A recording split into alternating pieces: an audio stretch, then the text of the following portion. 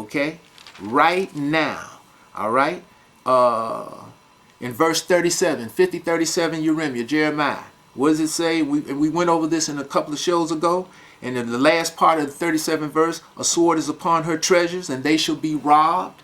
Okay, well, this started with the Federal Reserve. Now you can really see how people's treasures, monies, savings have been robbed. And these are all schemes. Who set up the Federal Reserve? The House of Rothschild. Okay, they own all of these banking houses. Okay, through front men.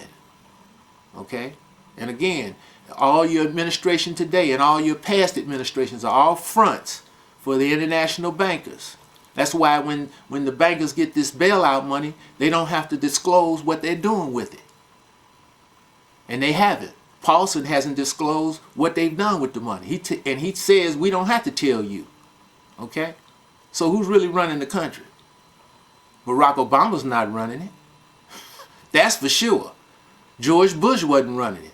One or two. They all take orders. Okay? And so you can see these prophecies have come to play. But again, this happens to people when they are trusting in idols and images, of which Christianity, Islam, whatever it is, Judaism, all these are religions. All this is idolatry. And when people trust in these things and are caught under the spell of these things, then what? They're trusting in man. What does it say in chapter 17, Jeremiah? Woe unto the man who makes flesh his arm, who trusts in man. And when you go to these investment bankers and these stock supposed experts, isn't that what Greenspan and Volcker, all these, and Bernanke, aren't they supposed to be experts? If they're such financial experts, how did this mess occur, this financial collapse that's affecting all the world? They're supposed to be experts. How did this take place? This is because this is a scheme. Okay? And people have been put under a trance because they're in idolatry. So they're not able to charm and see through these schemes that have come about through Esau's subtleness. Okay? Because again, in 47 Isaiah, it's talking about the daughter of Babylon. Esau set up the United States of America, the daughter of Babylon. It says, thy wisdom and thy knowledge has perverted thee. Okay? They're not using the wisdom and understanding that Yah gave them for good, because again, they are the sword carriers. What did Yah say in Jeremiah? And we brought this out in the past. Jeremiah chapter 25, verses 15 and 16, verses 27, 8, and 9, because we put 27, 8, and 9 in this flyer. Okay? What does it say?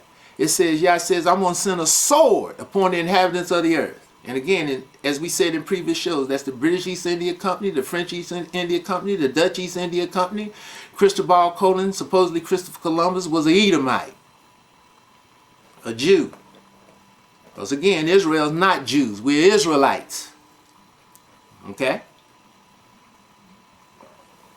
So now, getting back to this, what we ended, that I said we were going to talk about, again, we're going to fill it out more with the situation with Cyrus, okay, and Zerubbabel, and that situation, what we talked about on the previous show, because this is part 2, again, of the dispelling of the Christian myth, okay, and it was Cyrus, okay, as we said in the previous show, who gave the proclamation, okay, to build this temple as it was prophesied in Daniel chapter 9.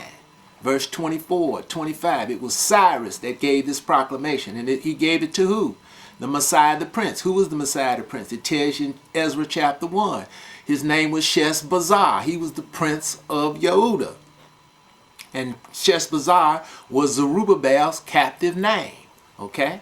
Now, what we didn't talk about, that I wanted to mention specifically, okay, in Isaiah, the prophecy of Cyrus first came forth through Isaiah in the 8th century BC, approximately 160 to 200 years before Cyrus was raised up, before Cyrus was raised up to start conquering these nations. All right?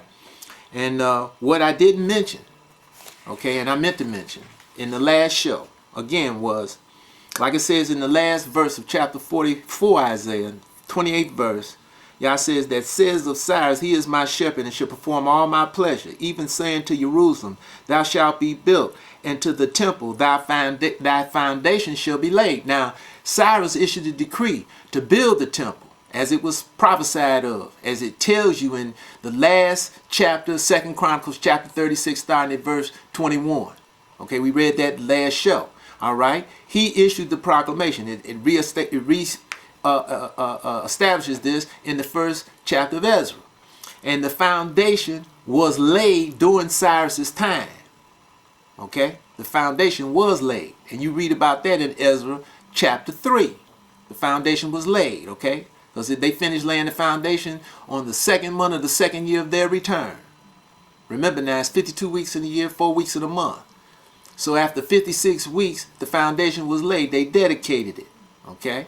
And what we didn't bring out in the last show, in chapter 45, it says, Yah raised up Cyrus to do this. Now, again, the prophecy came out 160 to 200 years prior to Cyrus. And all those nations in the known world, they knew about this prophecy. And here's the substantiation to the fact that they knew about it. When you get to 45 Isaiah and you drop down to verse 14, what does it say? Thus saith Yah, the labor of Egypt and the merchandise of Ethiopia and of the Sabians, men of stature. Okay, so this wasn't just anybody. This is men of stature in these three nations, of these three peoples, Ethiopians, Egyptians, and the Sabians. It says, shall come over unto thee, and they shall be thine. They shall come after thee in chains. Because they were defeated by Cyrus now. Okay, they're in chains, men of stature. All right, so these educated men. It says, and they shall be thine. They shall come after thee in chains. They shall come over, and they shall fall down unto thee. They shall make supplication unto thee, saying, surely Yah is in thee, and there is none else. There is no strong one. You understand? Verily thou art Yah that hides thyself, O strong one of Israel, the Savior. Now that's what they said to Cyrus, looking at Cyrus, because they had heard about this prophecy. So when Cyrus performed this, when Yah had given these nations under his dominion, and he had defeated them.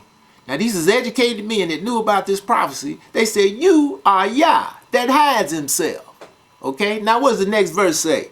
Okay, in verse 16, 45:16 Isaiah, it says, they shall be ashamed and also confounded, all of them. They shall go to confusion together that are makers of what? Idols. All right, that are maker and worshiper of idols. They shall go to confusion together. All right. And that's why they said what they said to Cyrus, because they thought he was Yah, because they were confused, because they were idol worshipers. Okay? The same thing what you have today. People are confused. Okay? They are confused. Because why? They are a worshiper of idols.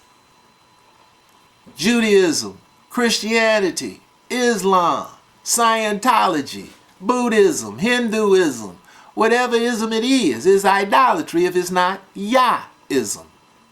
Simple as that. That's why all these people are in a tumult. Okay? That's why all these people, like it says in Jeremiah chapter 30, alas, that day is great. Okay? Now it says, for even it is the time of Jacob's trouble, but it should say, and you'll read it later on in that chapter, that's another spot where they changed Jacob. It should say, they changed it to Jacob. It should say, it is even the time of Zion's trouble. Because that's who it's really talking about. Okay? Because we all in this now, we all in trouble. You follow me? Economically, okay? We in trouble. All right? Like we said on the last show, this is why Esau has done all this. He said, you know who you are? You know who we are? Not the last show, but the show prior to that one.